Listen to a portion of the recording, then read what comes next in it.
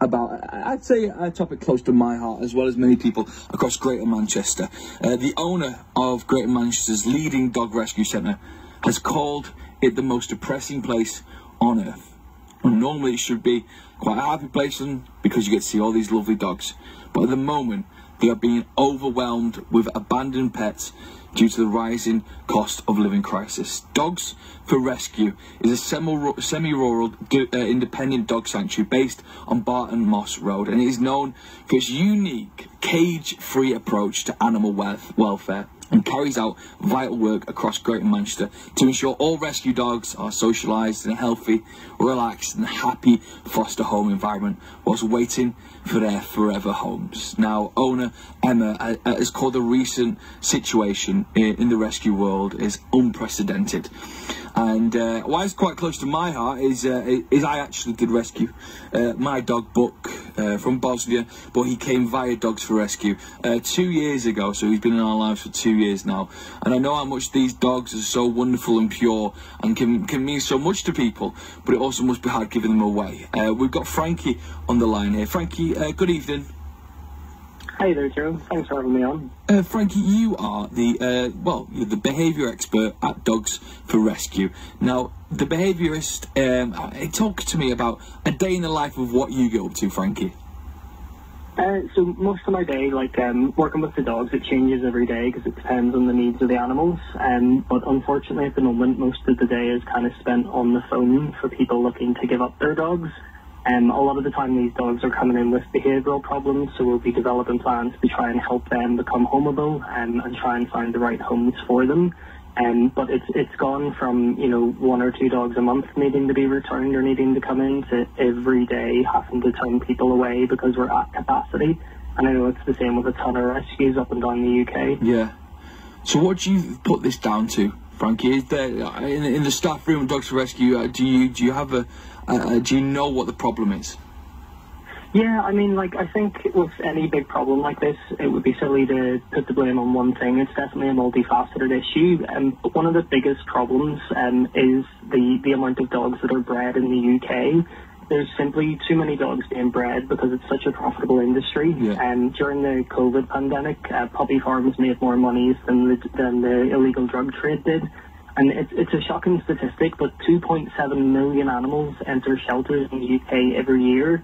And if we continue to kind of fund these puppy farms and these breeders, it's obviously going to continue to happen because if there's money to be made, the animals' welfare is, put aside basically in turn for a profit. So then when the animals are sort of bought and the puppies are bought from the families across the UK, are you finding that people maybe are struggling to look after their dogs, or is it maybe, the cost of the dogs? What are some of the reasons why you'd get a dog handed to you? So it can be a lot of reasons. Obviously, with the cost of living and the cost of rent, a lot of people who have maybe had their dogs for a few years are realising that it's actually quite difficult.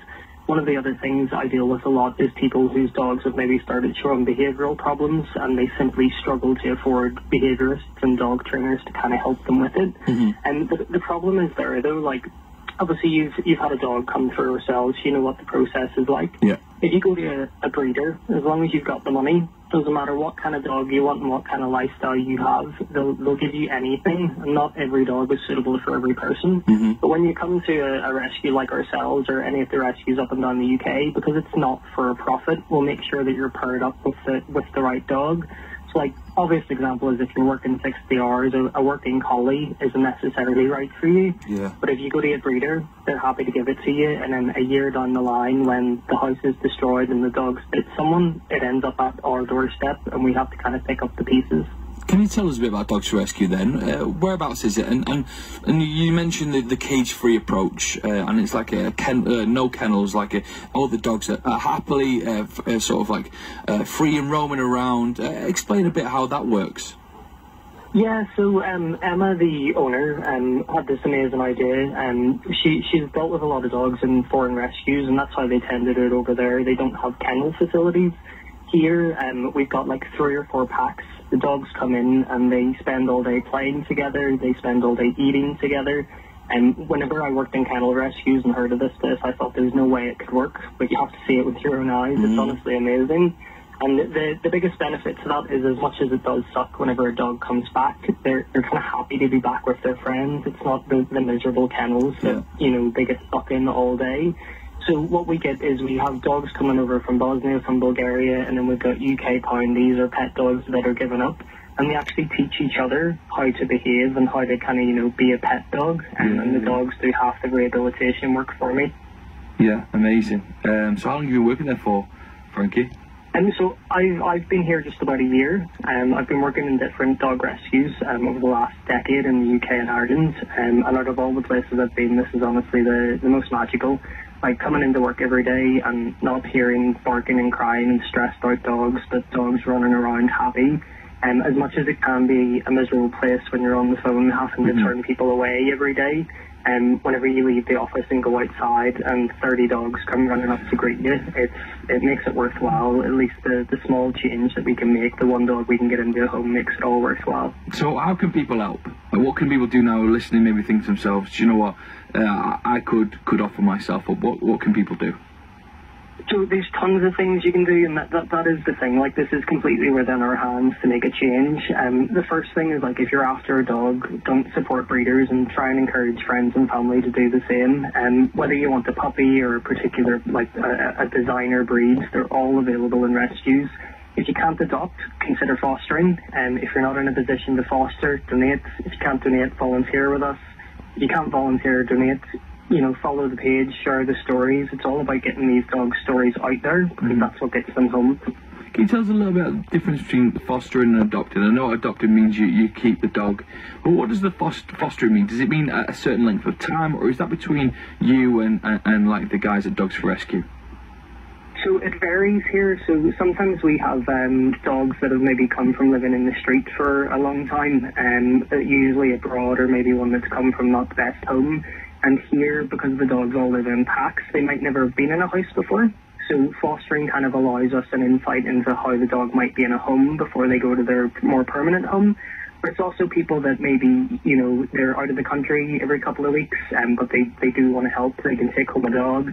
And with Dogs for Rescue, we don't want this to incur any costs, because we know that the cost of living at the minute is ridiculous. So all the food's covered, toys, beds, any vet bills that you may need, and all the training, advice and guidance is offered by ourselves as well.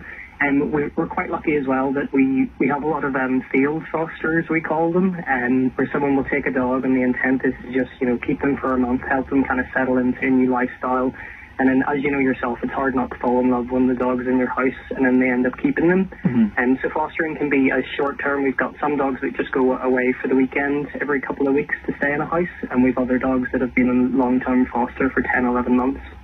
Wow, amazing. Thank you very much, Frankie, for giving us a call. Hope all sort of works out in the next couple of weeks. And people of BBC Radio Manchester, you know, if you've got that ability to maybe foster, or maybe you want another dog in your life, or you've never had a dog before, rescue is certainly the way forward. Frankie, I love the night. What's nights out like for Dogs for Rescue then? Do the dogs get involved? The night out. So we actually we have this place called the VP, the Visitors Park. And we usually set up at night whenever we've got weather like this. We all sit outside with the dogs, have a picnic, have a drink.